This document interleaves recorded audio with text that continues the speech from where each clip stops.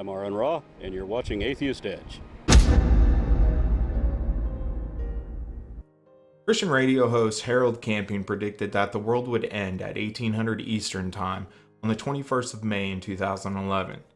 When the day passed, Camping said that the 21st of May was just the spiritual judgment day and that the actual physical rapture wouldn't happen until the 21st of October 2011. Camping didn't admit he was full of shit until March of 2012. Camping's family radio raised over $100 million to spend on the advertising campaign. Thousands of Judgment Day billboards were purchased by deceived believers. Many exhausted their life savings. One retiree in New York sold his house, cleaned out his bank accounts to spend $140,000 on billboards and bus ads. This kind of behavior isn't rare in religious communities, unfortunately. It's like people giving their money to televangelists. They give with the hope that either God will return to them blessings multiplied, like a vending machine, or somehow their money is going to help buy good favor with those that control the gates to heaven. These doomsday predictors are a common occurrence throughout history as well. Their predictions always fail, but they never fail to convert more people and increase the fervor of their own believers. The Book of Mormon was allegedly written on brass plates around 600 BCE. It contains passages that were copied, word for word, from the New Testament. This is suspicious, since the New Testament wasn't even written until 600 to 700 years later. Muhammad single-handedly beheaded 600 to 900 Jews. Then the apostle went out to the market of Medina, which is still a market today, and dug trenches in it. Then he sent for them and struck off their heads in those trenches as they were brought out to him in batches. This went on until the apostle made an end of them. So there's a bunch of dead people under the market that is still in use today. Good job.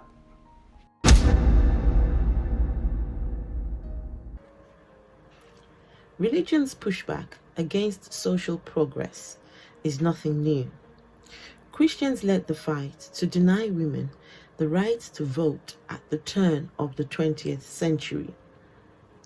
The suffrage movement has been taken over by lust and immorality.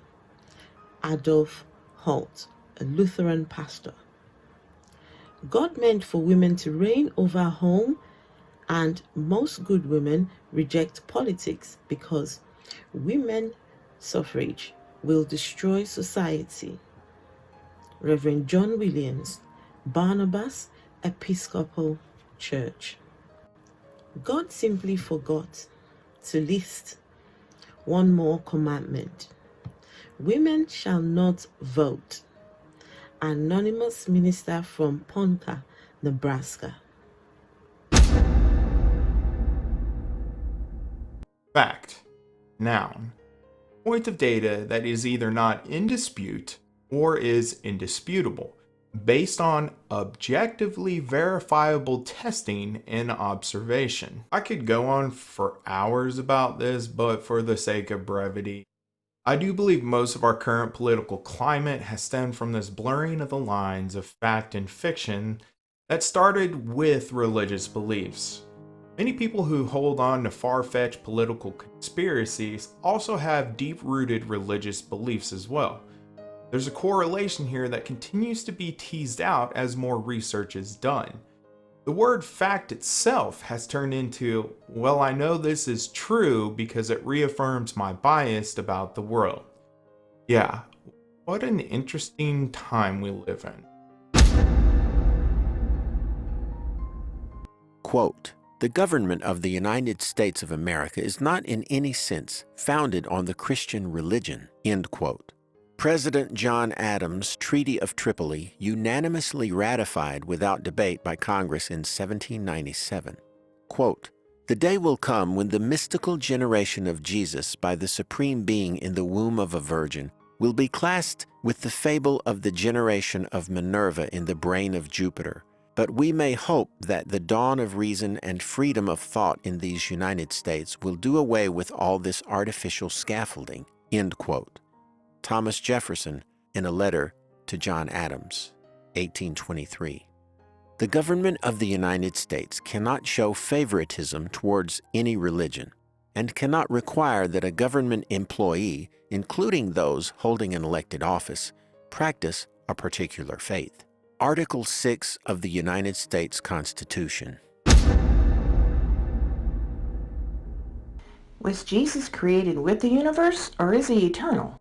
Christian leaders couldn't make up their mind about this until 325 CE, approximately 3 centuries after Jesus. A group of bishops got together in what is now Turkey to form the Council of Nicaea. 2 months later, they came up with this little pearl of wisdom. "We believe in one God and his Son, Jesus. They are separate, but they are the same."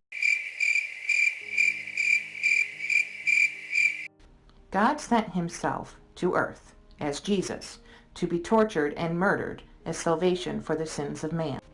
Furthermore, anyone who makes the mistake of uttering any of the following will be condemned and excommunicated. Jesus is not eternal. Jesus was created from nothing. Jesus was made of another substance than flesh. Jesus is changeable or alterable. You got that? Okay? Good. 5 questions to ask your priest, pastor, minister, imam, or rabbi. Why aren't there faith healers working in hospitals? If the Lord's word is so powerful and inspirational, why does he need us walking around and knocking on people's doors? If I thank God for sparing my house when the tornado hit, aren't I really just thanking him for destroying someone else's house instead? When I thank God for the food I'm about to eat, aren't I basically just thanking him for choosing somebody else to starve instead of me? Why do you support the use of gay conversion therapy for the homosexual members of your congregation when the American Psychiatric Association and every major national health organization on the planet have announced that there is no scientific demonstration of conversion therapy efficacy? Did Adam and Eve have belly buttons? And if not, did belly buttons evolve later?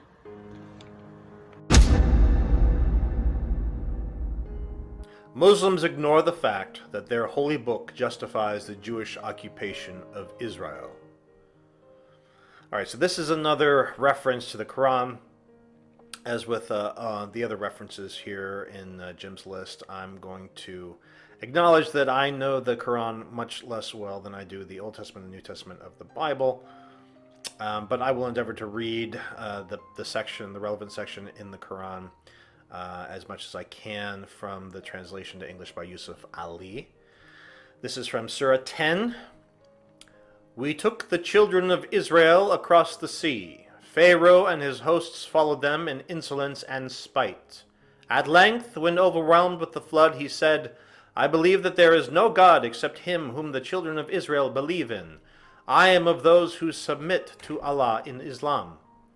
It was said to him, 'Ah, now, but a little while before wast thou in rebellion, and thou didst mischief and violence. This day shall we save thee in the body, that thou mayest be a sign to those who come after thee.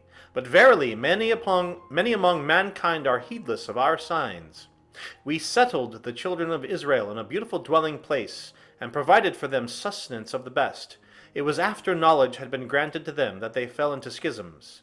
Verily, Allah will judge between them as to the schisms among them on the day of judgment.'"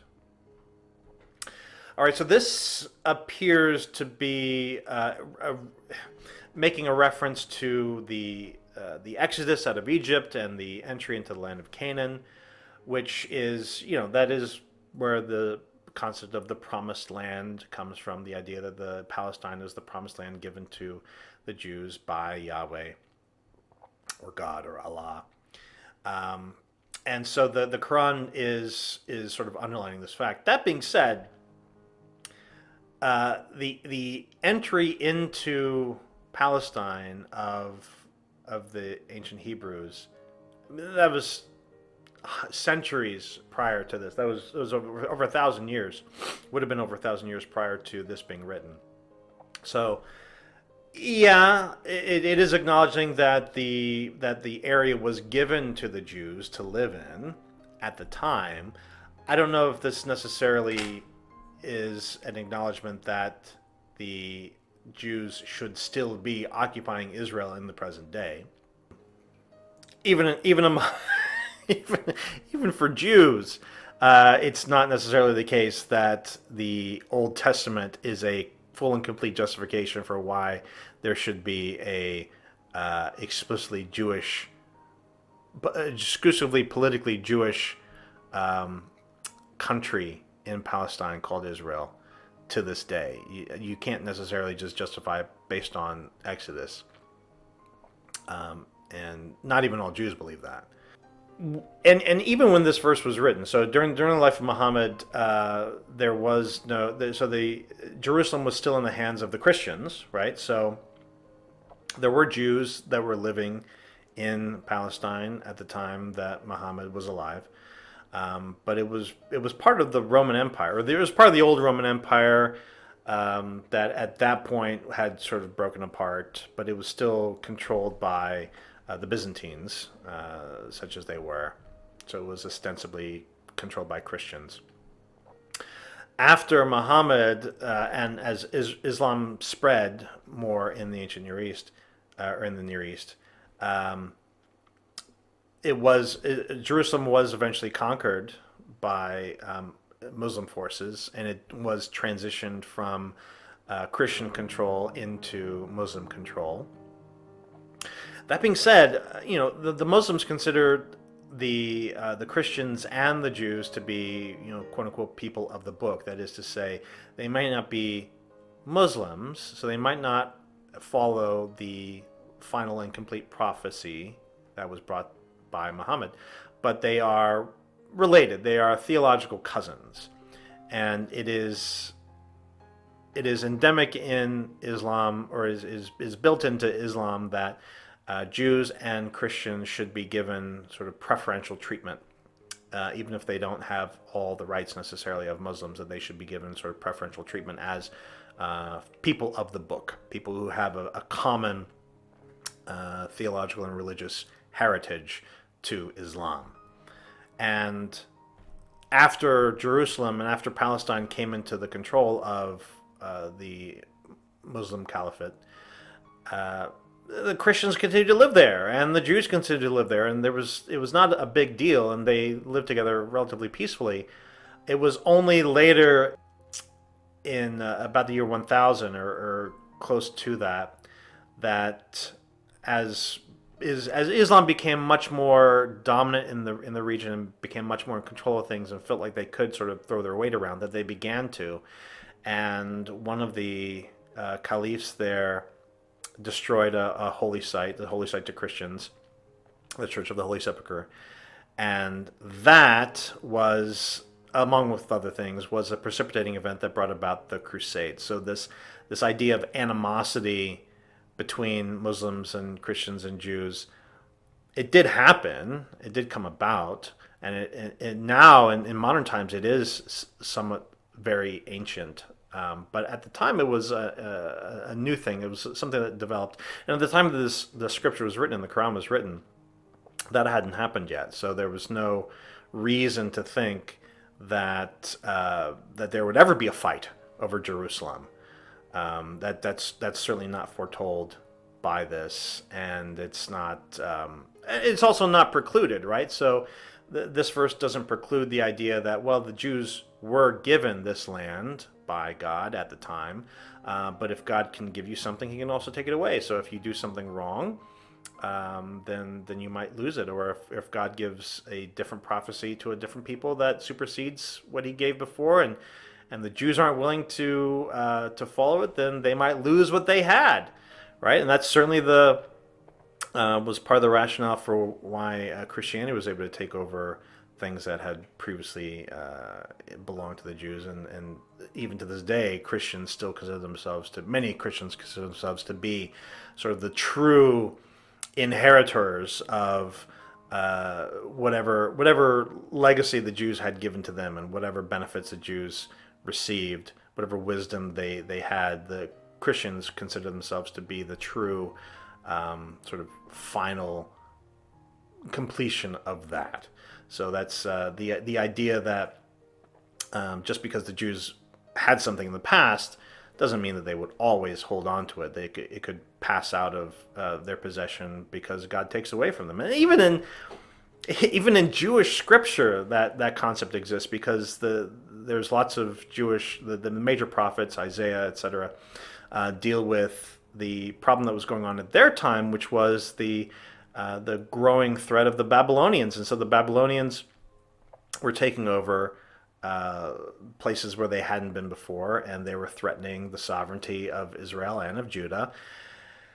And the prophets were saying to the other Jews, look, if you are not faithful to Yahweh, he will take away your lands. He will send you into exile. And so even the Jews themselves have this idea built in that just because they were given something, they could still have it taken away. So I wouldn't say that this verse in the Quran necessarily endorses the idea that Jews should occupy Israel.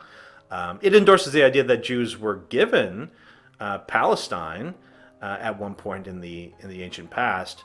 That's certainly true, but it does not necessarily mean that they should always hold on to it. And I would say that probably most Jews and even most Christians should agree with that.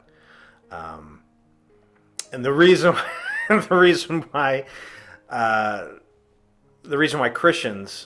some Christians will place importance on Jews being in Palestine has to do with their own apocalyptic ends. So there are some Christians that believe that Jews have to be in Palestine and have to control it in order for Jesus to come back again. So it's all very self-serving, and all very relative, quite frankly. So it's a sort of a whatever thing, I think.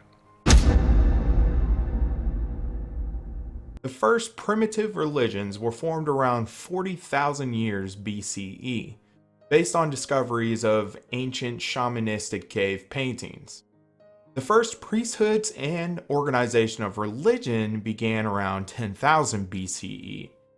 Yahweh didn't decide to inform everyone that he is the one true God until approximately 1000 BCE.